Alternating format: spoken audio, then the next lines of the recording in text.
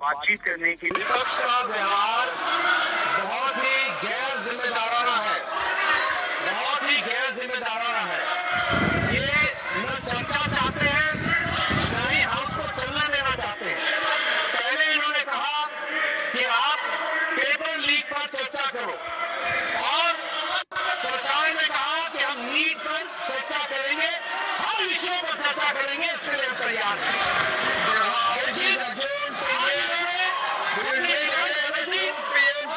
की बात करने लगे, हमने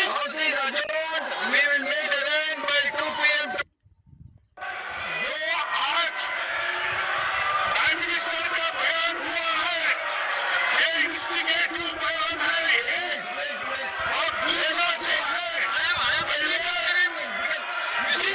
है एजुकेशन मिनिस्टर का इस्तीफा होना चाहिए।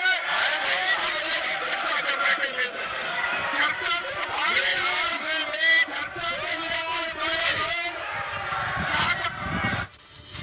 और सदन में जारी संगामे के बीच में किरण रिजिजू की अपील भी सामने आई। उन्होंने कहा कि विपक्ष सदन को चलने दे। किरण रिजिजू ने बाकायदा हाथ जोड़कर ये अपील विपक्ष के सामने रखी।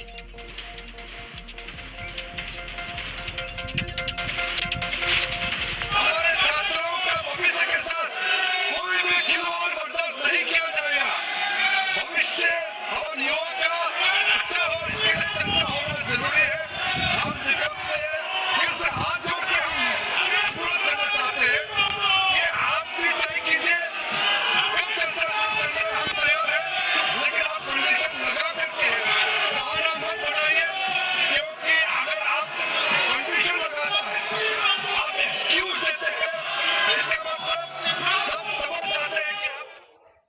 और रविकांत राय हमारे साथ लगातार बने हुए। रविकांत, कोई फर्क नहीं पड़ता इस बात से कि संसदीय कार्य मंत्री अपील कर रहे हो, प्रधानमंत्री हो, गृह मंत्री हो। अभी फिलहाल विपक्ष इस पूरे मामले को पूरी तरह से भुना रहा है, लेकिन वाकई में क्या बहुत देर हो गई है सरकार की ओर से सही कदम सही वक्त पर उठाने को लेकर?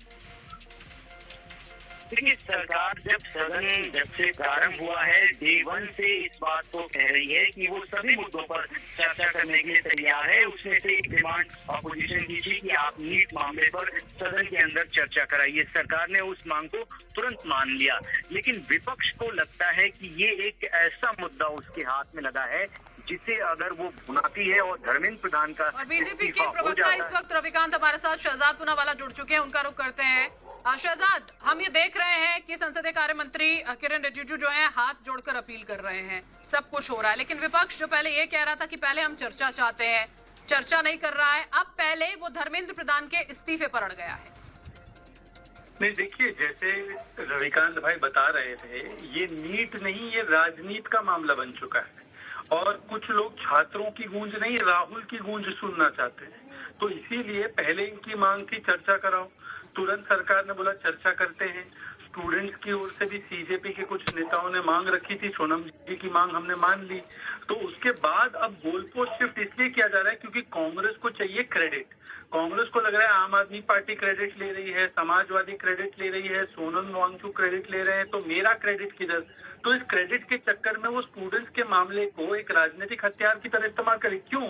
क्योंकि आप देखिए, इसी समय पर पंजाब में 3 पेपर लीक हो गए, पूरे इंडिया अलायंस में 10-15 पेपर लीक हुए, उस पर कोई अकाउंटेबिलिटी, कोई बात नहीं कर रहे हैं। और जहां पर सरकार ने कदम उठाए, सरकार ने एग्जाम कराया, सरकार ने FTC फास्ट ट्रैक कोर्ट बनवा दिए, सरकार ने अश्योरेंस दिया है कि हम स्ट्रिक्ट से स्ट्रिक्ट कार्रवाई करेंगे, सरकार ने सुप्रीम कोर्ट की हर बात मानी है और चर्चा भी करने को तैयार है। तो इससे पता चलता है कि कौन चर्चा चाहता है, कौन खर्चा चाहता है।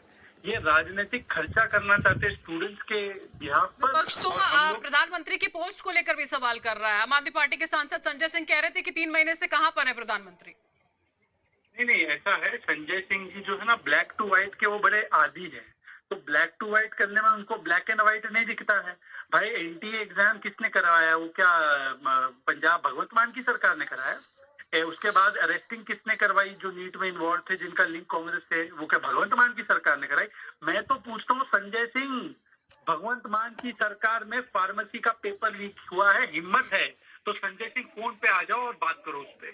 आपने बोला था हम हटा देंगे मिनिस्टर को अगर ऐसी कोई बात आएगी, तो कहाँ पे है? ADO पेपर लीक हुआ, कहाँ पे है ये संजय सिंह? ये ग्रुप बी का ऑफिसर का पेपर लीक हुआ, कहाँ है ये Sanjay Singh? Black to white करना सिनेमा हॉल के बाहर बहुत आसान है। छात्रों के भविष्य का सवाल है शहजाद, ये तो सरकार को और विपक्ष को दोनों ही साथ मिलकर सोचना होगा। अपनी गलतियों को सिर्फ दरकिनार कर दे विपक्ष, ये सही नहीं होगा कि सिर्फ सवाल खड़ा करता रहे और अपनी जवाबदेही से बच जाए। और सरकार भी ये नहीं कर पाएगी क्योंकि ये सीधे सीधे छात्रों के भविष्य से जुड़ा हुआ मामला है। बहुत शुक्रिया हमारे साथ जुड़ने के लिए। और इस वक्त एक और बड़ी खबर बता दें, सूत्रों से आ रही है, सीजेपी ने सरकार से बातचीत से इनकार कर दिया है। सरकार ने सीजेपी के साथ बातचीत का निमंत्रण दिया था, लेकिन सीजेपी ने बात करने से मना किया है, इनकार किया गया है कॉकरोच जनता पार्टी के द्वारा। बड़ी खबर इस वक्त की हम आपको बता रहे हैं। लगातार वो बातचीत की मांग कर रही है सीजेपी कि आइए हमसे बातचीत कीजिए। अब सरकार ने जब निमंत्रण दिया है तो उसको ठुकराया गया है।